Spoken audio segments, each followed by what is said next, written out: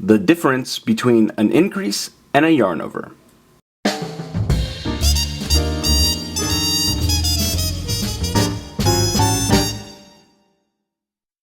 To download a guide with our 5 favorite tips to improve your knitting right now, visit newstitchaday.com/5knittips. For this tutorial, you'll need the following materials: a pair of knitting needles and a ball of yarn. Special thanks to our sponsor Lion Brand for providing today's yarn. Today we're using their Lion's Pride Woolspun, available exclusively at Michael's Craft Stores, in the color Oxford Gray. Today we're going to talk about increases, specifically increases and yarn overs. And is there really any difference between the two? Well, the answer is yes and no. Increases are a way of inserting an extra stitch into your fabric seamlessly. So there's actually a whole row of increases in this swatch here, but you can't really tell because I've done some invisible increases, and I've also done some decreases to balance those out. Now, a yarn over is technically an increase. It is a way of adding a stitch into your fabric, but it's almost always used as a design element.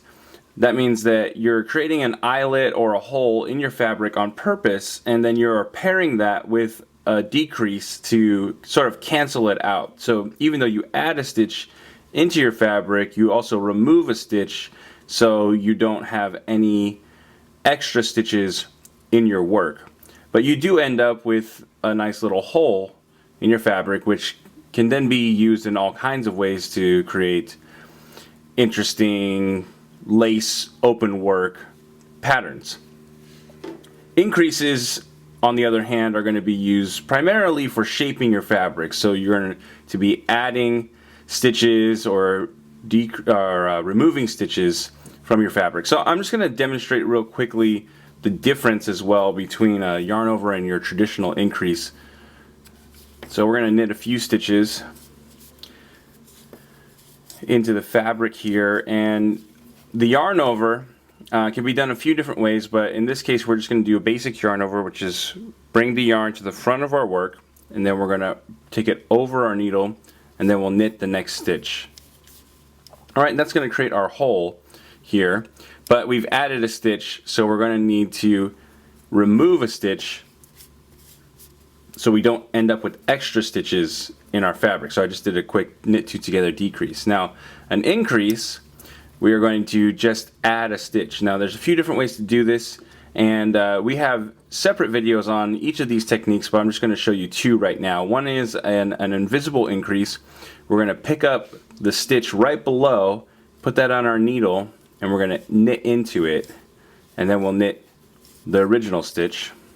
Okay, and that's going to give us sort of a really subtle increase that's going to look like it's in pattern.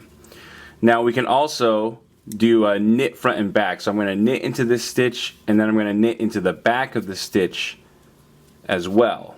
And that's going to give me a knit front and back. Now the thing about this stitch is it's going to create kind of like a little bit of a bar, or almost like a purl stitch look to it. So this stitch is going to be a little bit better for something like garter stitch as opposed to stockinette. My preferred increase stitch is going to be that invisible increase. It's a knit right loop, and there's also a matching increase called a knit left loop. So again, just to review, the yarn over, while it is technically an increase, is used primarily as a design element, while the increase stitch is used primarily for shaping. And that's the difference between an increase and a yarn over.